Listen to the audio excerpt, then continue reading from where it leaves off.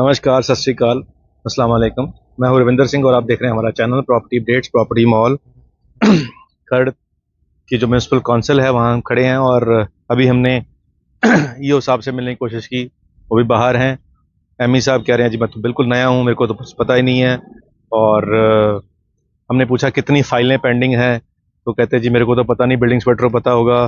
उनसे पूछा तो वो सीट पे नहीं है, कोई इधर गया हुआ है, कोई इधर गया हुआ है। आधा घंटा हो गया हमें यहाँ पे सिर्फ ये पूछने में लग गया कि जी टोटल कितनी फाइलें पेंडिंग है आपकी और किस वजह से पेंडिंग है। अब सारा कुछ ये करने के बाद बात ये समझ आई है कि जो यहाँ पे ईओ हैं भूपिंदर सिंह जी, उनकी जो पोस्टिंग हुई है अब वो बिल्कुल उनकी रिटायरमेंट के पास हुई है, यानी कि 2 महीने के बाद उन्होंने रिटायर होना है और वो कुछ भी ऐसा काम नहीं करना चाहते जिसकी वजह से कल को उनको कोई समस्या आए। इसीलिए वो हर फाइल को 15 बार 10 बार देखकर उसके बाद निकाल रहे हैं। उसमें उनका बहुत सारा टाइम, जैसे फील्ड में जाना है, कोई फ्लड की इंक्वायरी करनी है, कोई मौका देखना है कहीं पे, वहाँ पे भी चला जाता है, कोई मीटिंग्स में चला जाता है। तो जो फाइल क्लियर करनी होती है ईओ ने, उसमें टाइम पहले ही शॉर्ट है और उस टाइम में फाइलें जो हैं मूव नहीं हो रही हैं। तो बहुत सारी रिजेक्शन लगा रहे हैं, बार बार फाइलों के ऊपर रिजेक्शन लगा रहे हैं कि ये नहीं होगा, ऐसे नहीं होगा, क्योंकि वो डर रहे हैं कि कोई गलत काम ना हो जाए। अच्छी बात है, डरना चाहिए, लेकिन उसकी वजह से 3000 से ऊपर एप्लीकेशन जो ऑलरेडी खर्ड़ के डिफरेंट डिफरेंट जोनिंग के जो बिल्डिंग इंस्पेक्टर हैं उनके पास पेंडिंग पड़ी हुई हैं, वो रिजेक्ट कर रहे हैं, दोबारा पुट हो रही हैं। और ये सारी खींचोतान के बीच में परेशान कौन हो रहा है? आम लोग। अब एक बंदा एक प्रॉपर्टी बाय कर रहा है तो उसको लग रहा है कि जी मेरा नक्शा नहीं पास हो रहा, जी शायद ये प्रॉपर्टी डीलर नहीं करवा रहा, शायद ये प्लॉट इलीगल है, शायद बिल्डर का नुकसान है, कोई बिल्डर की वजह से नहीं हो रहा। लेकिन असल में बात यह है कि फाइलें यहाँ अटकी हुई हैं और यहाँ से मूवमेंट आगे नहीं हो रही है।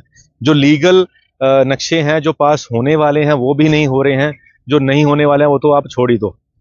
तो जो मैं 3000 से ऊपर की एप्लीकेशंस जो पड़ी हुई हैं, जिसमें एनओसीज की भी एप्लीकेशन है और नक्शे की भी एप्लीकेशंस हैं, वो सारी की सारी यहाँ पे पेंडिंग पड़ी हुई हैं। स्टाफ अभी नया शिफ्ट हुआ है, बाहर से आए हैं, तो वो एरिया समझ रहे हैं, टेक्निकल चीज़ें समझ रहे हैं। तो इस सारे प्रोसेस के अंदर पिछले 3-4 महीनों में यहाँ पे बहुत सारा वर्कलोड जो है वो उसका ढेर लग गया है यहाँ पे फाइलों का, क्योंकि फ्रीक्वेंटली ट्रांसफ़र यहाँ से हो रही हैं खर्ड़ की म्यूनसिपल काउंसिल से। और 2-3 तो ईओ ही बदल गए, एमई बदल गए, एसडीओ बदल गए, बिल्डिंग इंस्पेक्टर बदल गए। जब इतनी फ्रीक्वेंटली अगर आप ट्रांसफ़र करेंगे, सरकार के पॉइंट ऑफ व्यू से बात कर रहे हैं, तो जब नया अफसर आएगा उसको तो टाइम चाहिए, कम से कम 1-1.5 महीना चाहिए उसको एरिया समझने में। अब बाहर से जो लोग आए उनको तो एरिया की समझ नहीं है, कहाँ सनी इनक्लेव है, कहाँ शिवालिक है। तो वो देख रहे हैं, समझ रहे हैं और डर रहे हैं कि गलत काम ना हो जाए, तो बहुत टाइम लग रहा है उस सारे के अंदर। तो अगर आपने भी कोई नक्शे की फाइल या कोई एनओसी की फाइल सबमिट कर रही है तो परेशान ना हो। ये जो सारा कुछ हो रहा है इसको सेटल डाउन होने में, इसको ठीक होने में आने वाले 1-2 महीने लग सकते हैं। तो सब्र रख के बैठें और कोई हल नहीं है और कोई जादू की छड़ी भी नहीं है, कोई घुमाएंगे तो सारे नक्शे पास हो जाएंगे। अब धीरे धीरे पुश करने के बाद कोई किसी की सिफारिश लेके आ रहा है, कोई किसी की सिफारिश लेके आ रहा है और लाइन में से पीछे से निकल के आगे लग रहा है। अब लाइन लगी हुई है, अगर आप जनरली आज लाइन में लगोगे तो आपका नंबर 2-2.5 महीने के बाद आ जाएगा। अगर ये अब ट्रांसफ़र और नहीं हुई, अगर ये बंदे यहाँ पे सेटल हो गए और जो हमारे ईओ साहब हैं अगर वो अपनी फुल फ्रीक्वेंसी पे काम करना शुरू कर दिया उन्होंने, तो मूवमेंट ठीक हो जाएगी, अदरवाइज़ ये स्टक रहेगा। कुछ दिन 2-3 दिन पहले यहाँ पे जो बिल्डर्स और डीलर एसोसिएशन के लोग आए थे, उन्होंने ईओ से बात की और काफ़ी कहा सुनी भी हुई और फाइनली ईओ साहब ने कहा कि जी अगर आप को अच्छा नहीं लगता तो आप मेरी बदली करवा दो। अब ये अब उनका ये कहना अपने हिसाब से ठीक है, लेकिन इससे सफ़र कौन कर रहा है, इससे प्रॉब्लम में कौन है? आम लोग हैं जिन बेचारों ने बैंक से लोन ले रखा है, डीडी बन रखा है और उधर से एनओसी नहीं आ रही, रजिस्ट्री नहीं हो रही। तो ये सब में पिस आम लोग रहे हैं। तो गुजारिश है सरकार से भी कि सरकार जी कुछ इनकी भी सुन लीजिए और जो यहाँ पे अभी फाइनली जहाँ कहीं से भी लाए हैं अफसर, इनको टिक लेने दीजिए और जिनकी रिटायरमेंट पे हैं उनको ट्रांसफ़र कर दीजिए, वो आराम से ट्रांसफ़र हों और जो यंग लोग हैं वो यहाँ लाए जाएं। और जो ईओ हैं वो भी 2 बनाए जाएं, एक सिर्फ नक्शे पास के लिए ईओ डिफरेंट बना दिया जाए ताकि नक्शे वाले काम ना रुकें और दूसरा ईओ जो है फील्ड के लिए बना दिया जाए। ये सुजेशन है, अगर मंत्री साहब ये मान लें और इससे समस्याओं का हल हो जाएगा। अभी हमने पूछा कि जी अखबार में एक आया था कि जिस खरड़ के लिए जो सीवरेज डलना है उसके लिए पैसे आए हैं, तो वो कंफर्मेशन हम करने के लिए आए कि कितने पैसे आए हैं जी सरकार, क्योंकि अभी बहुत सारा सीवरेज का बुरा हाल है बहुत सारे इलाकों में। तो पता लगा कि अभी सिर्फ मीटिंगें चल रही हैं, पैसा नहीं आया है।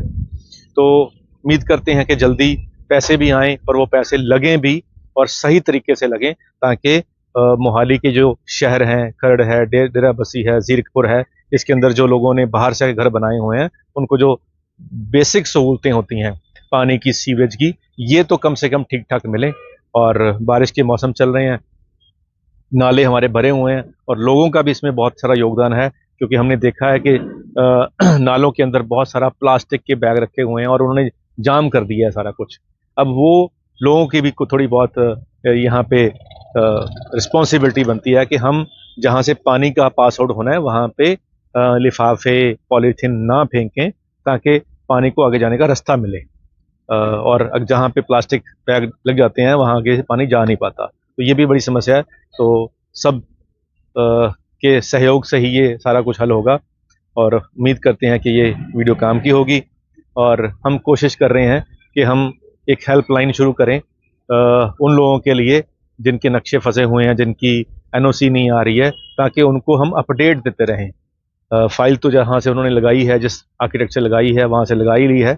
अब हम जो अंदर से अपडेट हमारे पास आ रहा है, हम कम से कम अपडेट देते रहें, ताकि वो संतुष्टि होती रहे उनकी कि हाँ चलो आज नहीं तो कल काम हो जाएगा, तो सब्र करना थोड़ा सा आसान हो जाएगा। तो अगली वीडियो में आपको फिर दिखाएंगे एक और मुद्दा, एक और न्यूज़। तब तक के लिए धन्यवाद।